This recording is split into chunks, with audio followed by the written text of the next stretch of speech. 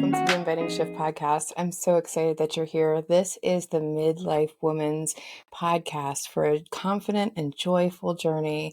I'm your host, Christina Smith, and twice a week I'll be bringing you topics that impact midlife women the most. I hear it from my clients. They have health concerns around perimenopause and menopause. We have mental and emotional challenges going on that I want to help you manage and work through.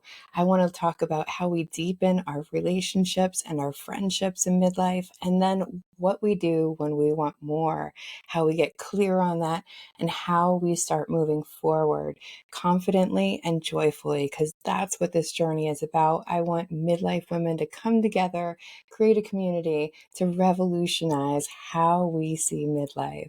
Tune in for this week's topic.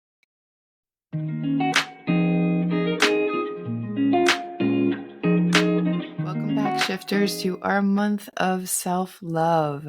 So I just want to review really quickly about what it is that we've already talked about this month. The first episode was around 9, and we talked about what is self-love. So many of us are like, what is that like? What does that mean? Do I already have self-love? How does that manifest? And so you want to review that episode. Then we had episode 11, which was about compassion and curiosity, which is the first two keys of unlocking our own self-love. So in order to move forward, we need to have really big compassion and really big curiosity for what it is that who we are and what we want, and how we really start giving ourselves permission to dive into that. Then episode 13 was all about clarity, and clarity is so essential as self-love. If we are zeroed in on the worst parts of ourselves, then we are not seeing the whole big picture. And in the modern midlife mentorship this month, we are talking about the inner critic. And we talked a lot about that in episode 11 and 13, because that's what's preventing us from really falling in love with ourselves. It's almost as if that inner critic doesn't want to give us permission. And yet, as I want to remind you that I've said in every episode so far, self-love is a practice. It's not a warm, fuzzy feeling that one day we wake up and we're like, oh, I really like me. Although that's happened to me. It is a practice. I got there by practicing self-love. So these are all tools to help you practice self-love. So I want you to keep that in mind. Today, we're going to talk about the last two keys to unlocking self-love, and that is courage and choice. These are two essential qualities, two characteristics, two skills that we're going to need to develop in order to have full self-love. Because as much as we want to stay in our warm, comfy fuzzies, curiosity, compassion, and clarity often require us to be courageous and make choices that we haven't made before. So let's break these down and talk about them a little bit more. The thing about self-love is it's not thinking that we do everything perfect. It's having that trust and self-worth in ourselves that we can do hard things. And our life has probably been full of hard things.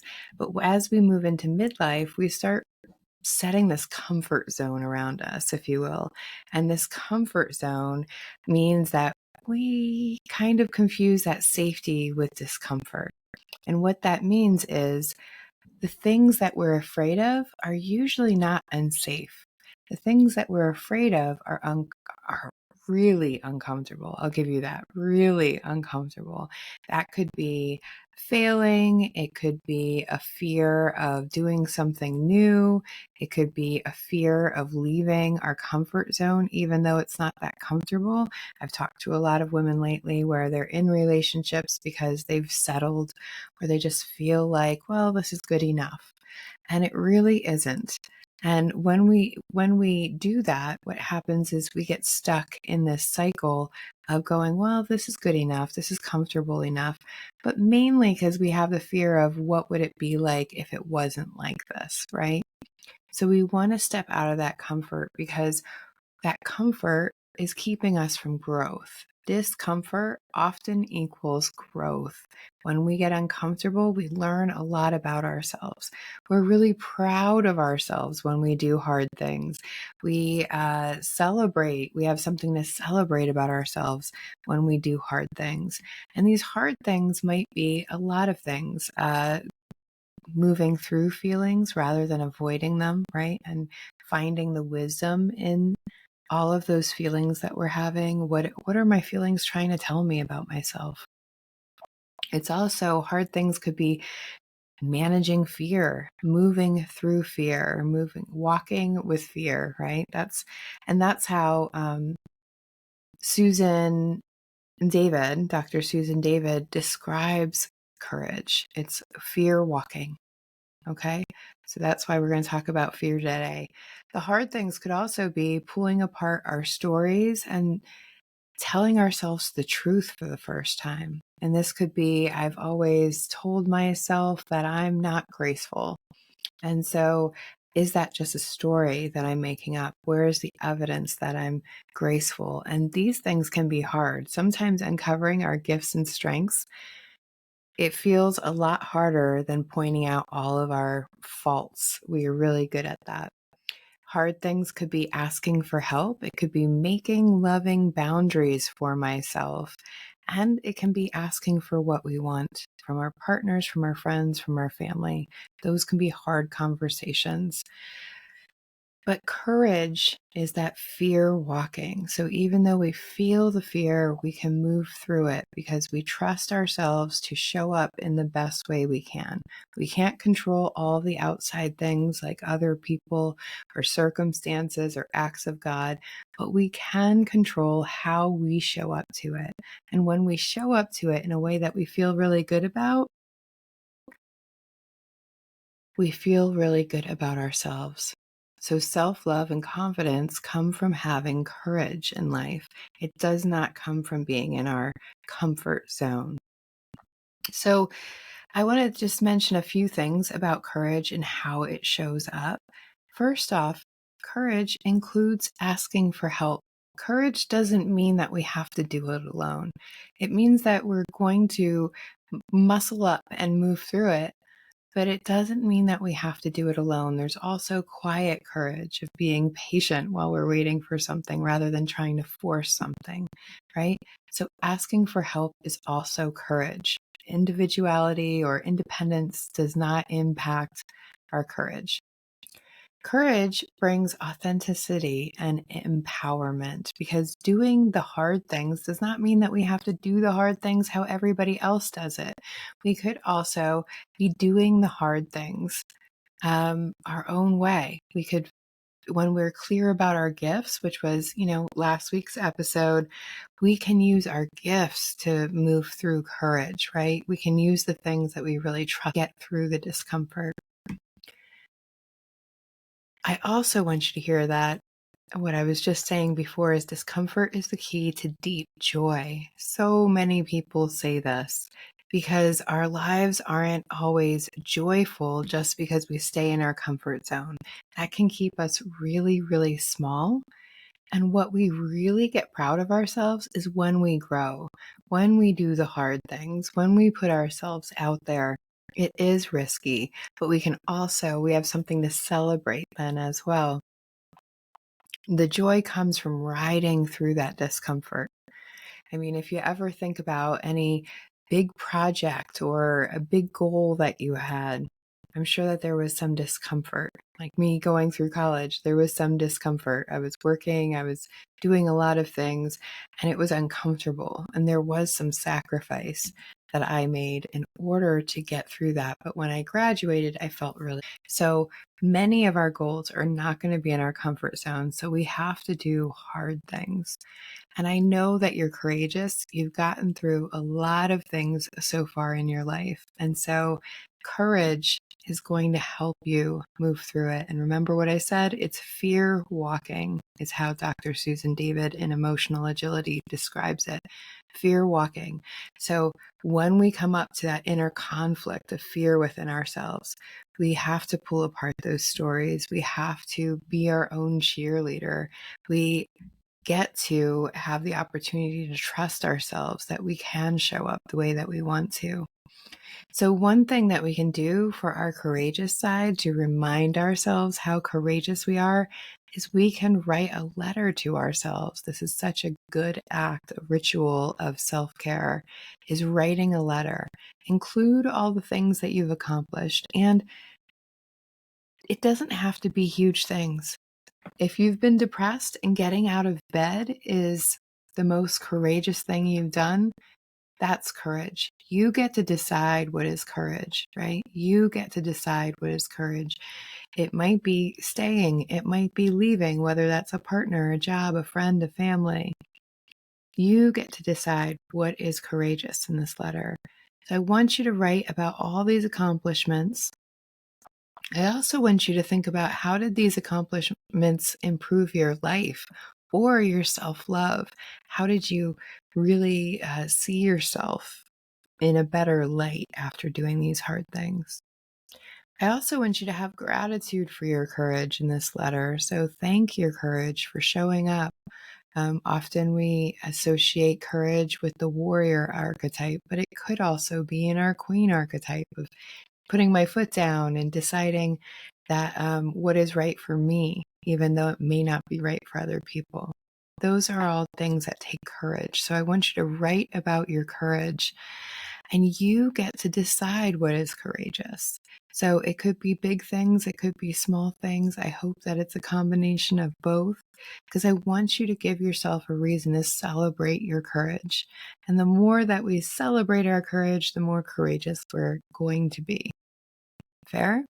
So that's courage. We were talking about courage. Courage can be things that other people find are easy, but they're hard for us, and we do them anyway. So I'd love to hear about what courageous things you've done, what you're writing in your letters, or what courageous thing you're yet to do that you're really muscling up for. My husband would say, steel yourself in order to get there, right? Using that grit. Courage is essential to self-love. It takes courage to give ourselves permission to stop, to slow down, to speed up, to move on those big goals that we've never done before that can feel really scary. You're going to need some courage for self-love, because remember, self-love is a practice and it's not always soft and fluffy. Sometimes it takes real grit for us to move through the hard stuff, and that'll take your courage. The second key that I want to talk about for unlocking self-love is choice. Choice is so essential. Choice is a practice, right? I mean, that's the practicey part of this whole thing, is that we have to decide how we want to choose, how we want to show up, and then also make all the little choices that align with that in a day. So if I say, sacred body is one of my intentions these days. And it's probably the hardest one for me because I am not great at discipline. But I don't need to be good at discipline. I need to be good at making little tiny choices all day long. So when am I going for my walk? How am I drinking my water? What time do I go to bed so I can get enough sleep? Really honoring my body. And if I show up that way in all those little choices, suddenly I do have sacred body. I do have that feeling because I've been making all the choices. You could be like, well, what's scary about that? It's not scary for me. It's the part of me that has to stay focused on what I say is important. So if I say that my body is important, I need to make choices all day long that prove that. And that could take some courage as well. So I want to talk a little bit about choice. First off, we want to forgive ourselves for past choices. There's nothing we can do about them now. I know that regret can stay, but we want to forgive ourselves. Take the lesson and leave the vitriol that we have for ourselves, right? So forgiving ourselves for past choices is so essential. I hope that maybe you'll even do like a little burn ritual where you write them all down and then burn them or throw them or toss them somewhere, sacredly, is to forgive yourself for all these past choices that you can't do anything about them now. All you can do is learn. Take the lesson, leave the criticism. I also want you to know that not making a choice is a choice. So often we don't like the choices we're given. And so we just decide to kind of sit on it. But not making a choice is a choice. It may not be a very actionable choice, but it is a choice just to continue on in your little comfort zone, even if it's not really comfortable. So keep that in mind. Also, when we come to choice, people are like, well, what I just need to know more. And we can procrastinate by doing over research. I'm not against doing research when we're making a choice. However, some of us use it as a way to avoid making a choice. We don't want to move forward. We're afraid to move forward. And sometimes you can only know what you know, and then you have to move forward. We can learn all the things we want from a YouTube video or from online research, but at some point, we're going to have to go and do the thing, try the thing. And it might mean that we fail. It might mean that we have to start over. But again, those things are uncomfortable. They're not unsafe. The important part is that you can pat yourself on the back and say, thank you for doing that, for just trying. It's okay. It's a practice, right? So it's okay if we fail. We can keep moving on. So sometimes we have to trust that we know as much as we can and then just start. Choice also requires us to trust that the universe is in our favor, that if we stay focused on what we say is important to us, that the universe will just work things out. However you look at that divine energy is just going to work things out for us. And what I think is most important is we want to choose for what we want. We want to choose for what we want. So every time we make a choice during the day, we want to be thinking about, what is it that I say is important? And this is where my intentional and aligned method comes up. And intentional and aligned is really a method of, if I want to be happy when I get there, I have to choose happiness now on the way. So if we have these big goals, and I don't know, maybe this is just me, but I was always told you'll be happy when. You'll be happy when you get into college, when you graduate college, when you get your job, when you have a husband, when you have children, when you have the house, when you have when you check these boxes, you are going to be happy. Well, gotta tell you, I checked all those boxes, and in my mid-30s, I just thought I am the most miserable I've ever been. So checking the boxes didn't make me happy. And you know why? Because I didn't bring happy with me. If we want to be happy when we get there, we have to practice happy now, whatever that looks like. Now, I don't think that you should choose the word happy or the thought of happy. I think you should get something that's like more visceral to you. So, like I mentioned earlier, sacred body is one of my intentions. I also have intentional connection as one of them, and divine love is one of them, right? So these are my intentions. And if I say that divine love, sacred body, and intentional connection is the most important, then I have to make my choices align with that. So what I'd love you to do, after you're done writing that letter of courage, start dreaming. Dream big too, because sometimes we don't dream big enough. We often dream to get to the shoreline, which means survival, right? I have all these problems. I don't want these problems. What I want is a life that doesn't have these problems. But I want you to go dream bigger than the shoreline, find the castle, the highest mountain, and I want you to dream all the way up there. This does not mean that everything we dream about is going to come true, or we even want it to come true. You can dream about flying elephants for all I care. But I want you to start feeling into your body as you're dreaming. What is it that you're hoping to feel when you have the things that you want? Because that is your inner wisdom telling you that's how you want to feel. That is the ultimate goal, is to feel that way. And when we feel that way, right? Like one of mine is sacred body. When I feel into my body about I want it to feel sacred, like I take really good care of it, like it's really important. It's essential to me, sacred, right? That it is above all else. And so that's the feeling that I want. Well, that means during the day, I have to make choices that get me more of that feeling. And probably having coffee and donuts for breakfast isn't going to help me feel that way. So if I really want to feel that way, what do I eat for breakfast? Where do I eat breakfast? It's why I eat breakfast outside sometimes, because I want to feel like that sacred body. And so my choices start aligning with how I want to feel. For the general, the happy. I start choosing happy. I start inserting happy into my life, sacred body into my life, so that my choices are aligning with what I want. And that's really how we practically manifest anything. It's also how we stay committed to what we say is important. And when we have self trust, self love can be right around the corner.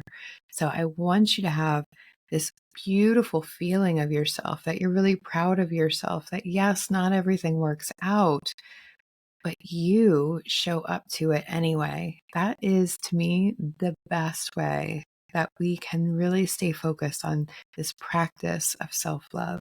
So today is courage and choice. I hope you write that courageous letter to yourself. And I hope that you start making choices that align with who you are. In December, we'll be doing the intentional and aligned method. Come join us. And that's all I have for this episode. I hope that you, if you haven't already, you go back and you listen to 11 and 13. There's some really great ways that you can start this practice of self-love with these five keys. So just to review them really quickly, we had compassion. We must start being kinder to ourselves, seeing that little girl in ourselves that we would never berate the way that we berate ourselves. Second is curiosity, and curiosity is how we stop the judgment train. When we're curious, we can't be judgmental at the same time. One wants to zero in and decide what the answer is, and the other one wants to explore. So curiosity, so important. The third one we talked about in episode 13 was clarity, how we get clear on ourselves, who we are, what we want. And then in this episode, we talked about courage and choice. So those are your 5 unlocking self-love keys. I hope that that's been helpful. I'd love to hear from you if you do any of these exercises or just feedback from what I've been sharing with you. And we'll see you next week.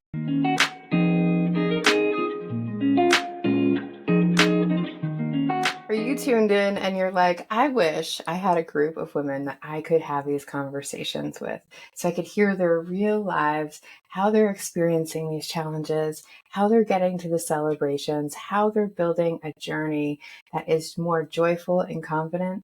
Well, I got you. I have created a community called the Modern Midlife Mentorship, where we have a modern perspective over what aging and what we look like aging looks like today.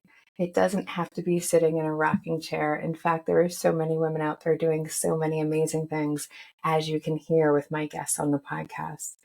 But in this modern midlife mentorship, we're going to bring a community together to rethink about what midlife can be like, really dive deep into the topics that are impacting us, like our health, our emotions, our mental health, our relationships, and that big piece of what do I want next for myself.